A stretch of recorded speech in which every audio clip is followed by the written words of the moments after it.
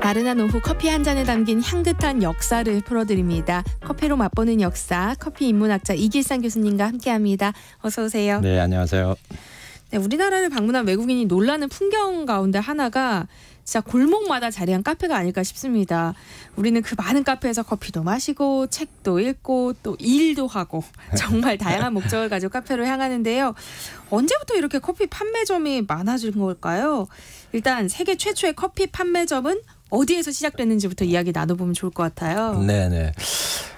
뭐 우리나라 사람들 원조 좋아하죠. 뭐 지방에 가보면 서울에도 그렇고 뭐 원조 보쌈집부터 온갖 음식마다 원조 논란이 있어요. 그런데 유럽 사람들도 이 커피하고 관련돼서 커피 하우스의 원조 논쟁이 있습니다. 네.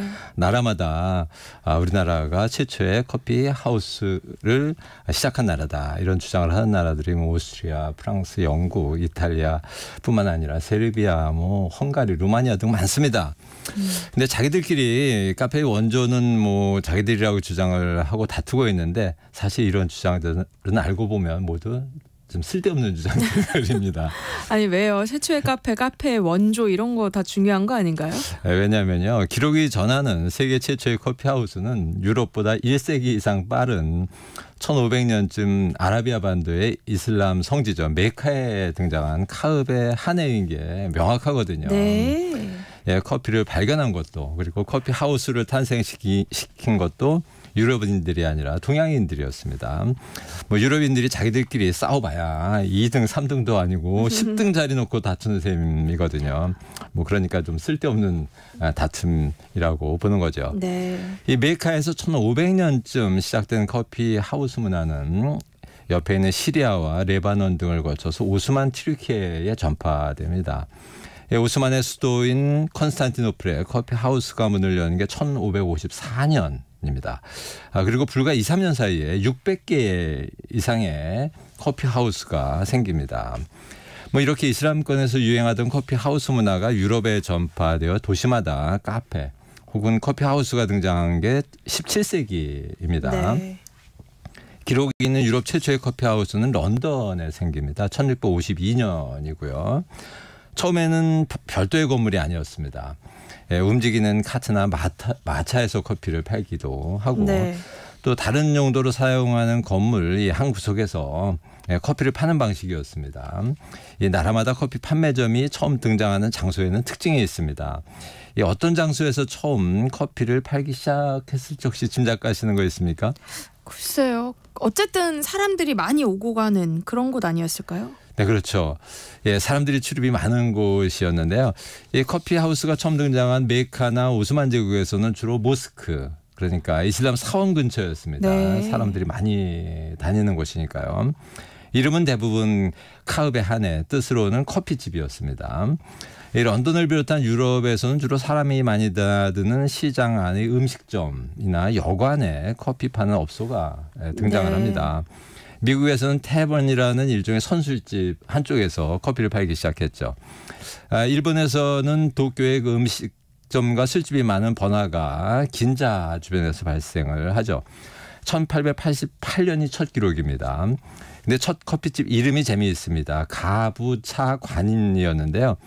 재미있는 이름이죠. 가부차는 이 가부차를 파는 집이라는 뜻인데 이 괜찮다는 뜻이 가하다 할 때 가, 네. 괜찮지 않다는 뜻의 부, 그리고 커피차를 의미하는 차. 이 커피의 맛이 괜찮은 것 같기도 하고 아닌 것 같기도 해서 붙인 이름 모를 차라는 뜻의 그 가부차가 커피를 상징했습니다. 이 가부차를 파는 곳, 그래서 가부차관이 등장을 했습니다. 재밌는 이름이네요. 네. 커피가 원래 처음에는 괜찮지 않은 것 같다가 여러 번 마시면 너무 괜찮고 네, 이런 거잖아요. 그럴듯한 맛을 잘 상징하는 용어입니다. 네. 커피하우스가 등장한 장소, 뭐 이름, 나라마다 다 다양한데 그럼 우리나라는 어떤 곳에 최초의 커피 판매점이 등장했어요? 예, 우리나라는 외국과 비슷한 점도 있고 좀 다른 점도 있습니다. 같은 점은 사람들 출입이 많은 곳에 생겼다는 점이죠. 다른 점은 우리나라의 경우 주로 역세권에 등장을 했다는 점입니다. 네. 지금도 역세권 꽤 인기가 있죠. 그렇죠. 커피 판매점이 등장한 우리나라 최초의 역세권은 어디일까요? 1899년에 개통한 전차의 동쪽 종점이었던 홍능역입니다. 네. 서대문에서 출발한 전차의 종점이었던 홍능역에는 1899년 8월에 윤용주라는 조선인이 다과점, 영어로 리프레시먼트 룸을 열었고, 이곳에서 차, 커피, 코코아를 판매한다는 광고가 1899년 8월 31일자 독립신문 영어판에 게재됐습니다. 그러니까 기록이 전하는 우리나라 최초의 커피 음료 판매점입니다. 네. 이듬해인 1900년 1월 24, 26, 27일자 황성신문에는 또 다른 집입니다. 송교 청양관 가피차 파는 집 광고가 실렸습니다. 송교는 지금의 서울 신문로 일가, 그러니까 광화문 일대입니다. 네. 당시 서대문에서 출발한 전차가 서는 곳, 일종의 역세권이었습니다. 광고 내용을 보면 청양관 가피차 파는 집에서 찐 요리를 염가로 정결하게 제공하니 여러분은 많이 왕림에 즐겨 주시오라고 되어 있습니다. 이 광고 제목을 보면 커피 파는 집인데 광고 내용을 보면 요리집입니다. 그렇네요. 이 청양관의 구체적인 모습은 아쉽게도 알 수 없지만 커피를 팔았던 곳이면 아주 분명합니다. 개항장이었던 제물포에 1880년대 초반에 세워진 데볼 호텔에서 입국하는 외국인들에게 커피 음료를 판매하였다, 뭐 이런 주장을 하는 사람들이 있습니다. 그런데 이 커피를 팔았다는 명확한 기록이 남아있지는 않다는 점에서 우리나라 최초의 커피 하우스로 인정하기는 좀 어렵습니다. 네. 제가 얼핏 듣기로는요, 그 시절 그러니까 개화기에 커피를 판매하는 장소를 끽다점이라고 부르기도 했다던데 맞나요? 네, 그런 이름이 있었죠. 20세기 초반 일본, 중국, 조선 세 나라에서는 차를 파는 업소 이름으로 끽다점을 공통적으로 사용했습니다. 다방의 원조죠. 이 차를 마신다는 뜻의 끽다라는 단어는 사실 조선 왕조실록에 5번 나옵니다. 중종실록에 1번, 그리고 선조실록에 4번 나오죠. 그러니까 이 단어는 동아시아 한자 문화권에서 차를 마신다는 의미로 사용하던 단어인데요. 여기에 상점, 즉 샵을 의미하는 점을 붙인 것이 끽다점, 일본어로는 기사텐입니다. 일본의 기사텐은 원래 휴게 기능을 지닌 음식점입니다. 네. 그러니까 음식점에서 차나 커피를 함께 파는 곳이었죠. 지금도 일본의 기사텐은 대부분 음식이 주고 음료, 커피는 부입니다. 네. 커피만 파는 기사텐에는 입구에 커피온이라는 표시를 별도로 했습니다. 그런 표시 없는 기사텐에 들어가면 음식점이어서 놀라는 분들이 많습니다. 특히 저녁 이후에는 그렇습니다. 우리나라 신문에 끽다점이라는 용어가 처음 등장한 것은 1900년 3월 17일 황성신문이었습니다. 영국의 그 만국 박람회 소식을 전하면서 영국 글라스고우에서 1901년 여름에 개최할 만국 박람회장에 끽다점을 설치한다더라고 기록을 했습니다. 그러면 우리나라의 끽다점이 언제 처음 생겼는지 전해지는 기록이 있어요? 네. 첫 끽다점 소식이 전해진 것은 1908년입니다. 네덜란드 헤이그에 밀사를 보낸 것이 이제 빌미가 되어 고종이 강제로 퇴위를 당하고 순종이 즉위한 그 다음 해죠. 1908년 10월 당시 국립병원 격인 대한의원, 현재의 그 서울대학교 부속병원입니다. 이 병원의 신축 건물이 준공되었습니다. 지금 남아있는 서울대학교 의학박물관 건물입니다. 네. 이 건물이 준공 낙성식 소식이 황성신문 10월 25일자에 전해졌습니다. 그리고 준공식에 기증을 한 사람들 이름과 기증 품목이 소개되고 있는데 그중에 끽다점이 보입니다. 이날 준공식에 끽다점이 설치되어 참석한 사람들에게 커피와 차를 대접한 것이죠. 그런데 이 끽다점이 당일 행사를 위해 임시로 설치한 끽다점인지 병원 건물에 입주한 정식 끽다점이었는지는 명확하지가 않습니다. 임시로 설치된 끽다점이었을 가능성이 조금 더 큽니다. 왜냐하면 영국의 만국 박람회 끽다점도 그런 모습이었거든요. 그래서 우리나라 최초의 끽다점으로 이것을 인정하기도 조금은 어렵습니다. 그러면 인정할 만한 끽다점으로 최초는 어디예요? 예, 남대문역 역시 역세권에 생긴 끽다점입니다. 1899년 우리나라 최초의 철도였던 경인선이 개통될 당시 서울의 출발역은 노량진역이었습니다. 아직 한강 다리가 없었죠. 네.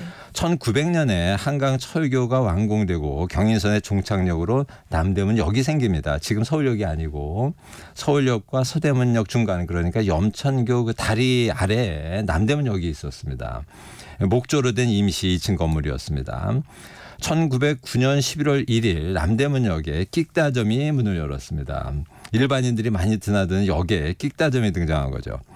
이런 사실은 황성신문 1909년 11월 3일자에 실렸습니다. 기사 내용은 이렇습니다. 남대문 정거장에는 1일부터 끽다점을 개설하였다더라. 사람들이 많이 드나드는 기차역이나 전차, 정거장 주변에 커피를 파는 끽다점이 생기는 문화는 조선, 일본, 중국 등에 좀 공통적이었습니다.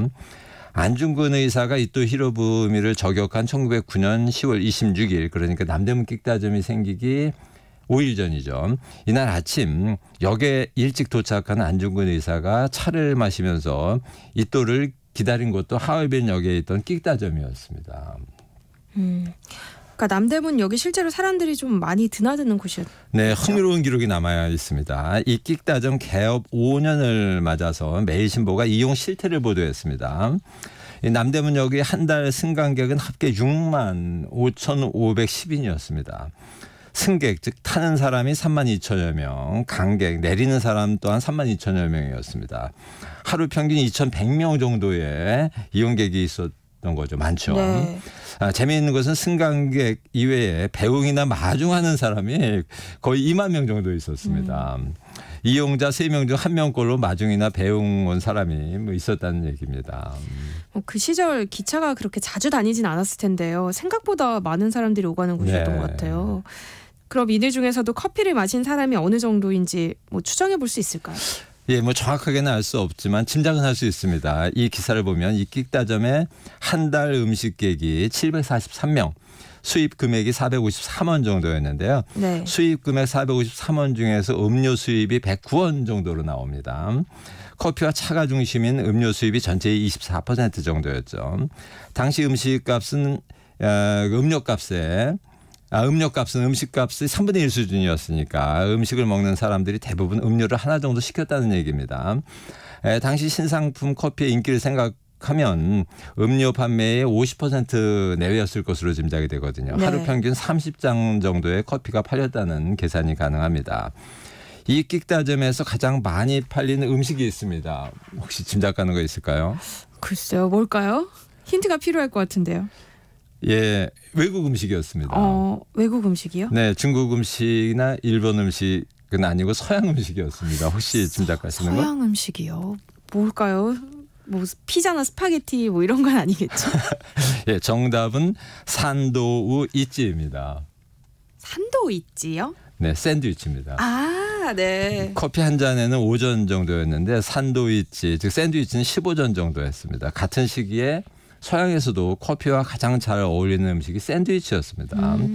우리나라 남대문역에 생긴 대중용 커피 판매점 끽다점이 세계적인 유행과 거의 나란히 하고 있었다는 얘기죠. 네. 한복을 입고 샌드위치를 먹으며 커피를 마시는 모습 상상하기가 쉽지는 않죠. 예, 그런데 실제로는 그런 모습이었습니다.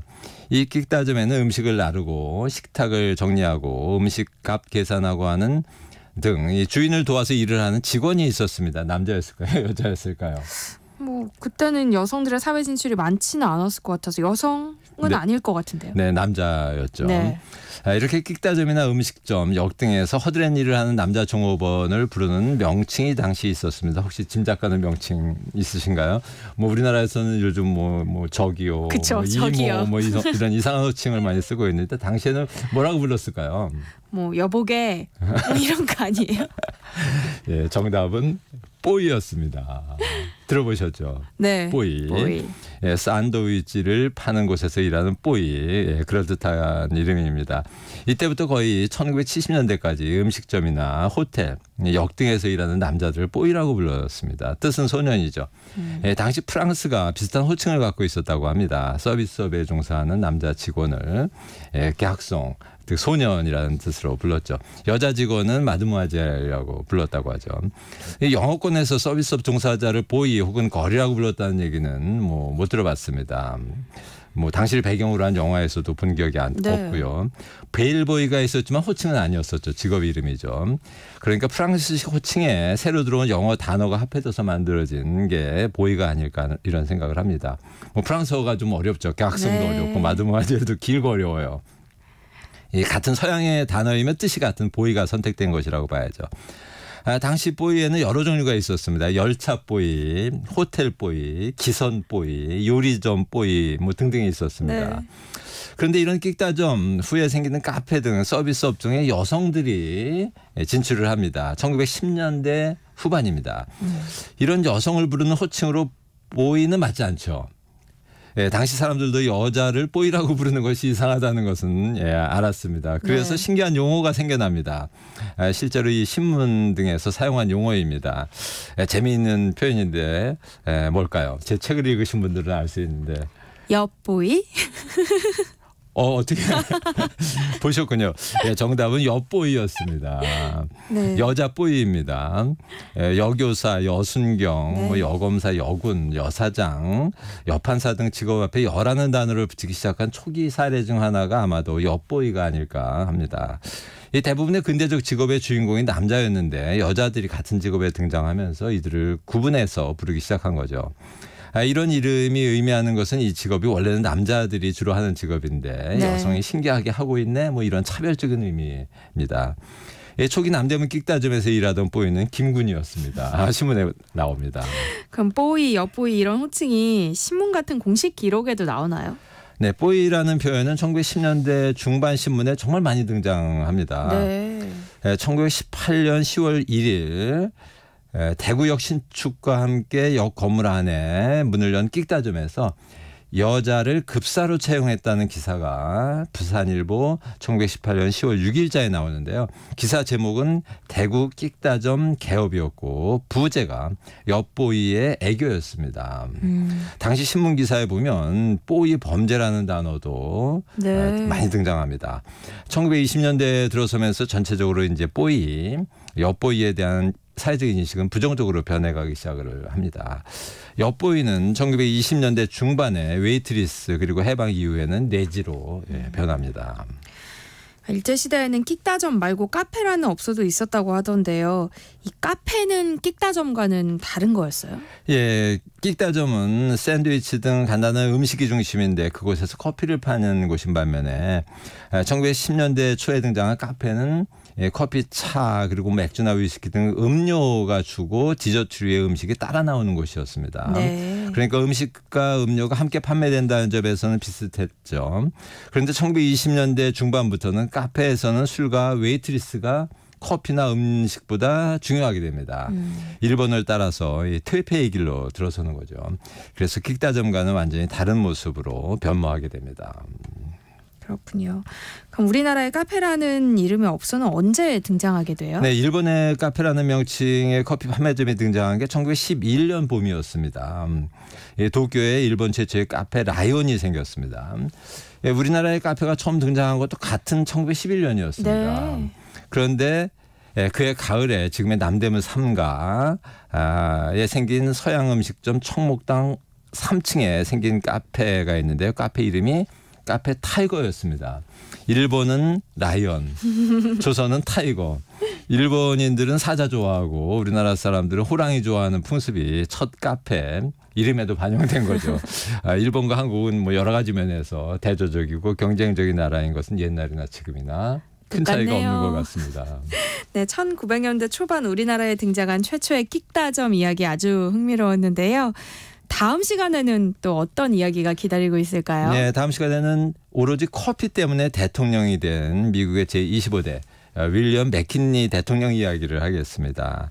1897년에 취임한 커피 대통령 윌리엄 맥킨리 때문에 조선이 멸망하게 된 아픈 역사를 만납니다. 다음 시간 이야기도 기대가 되네요. 커피로 맛보는 역사, 커피 인문학자 이길상 교수님과 함께했습니다. 고맙습니다. 네, 감사합니다.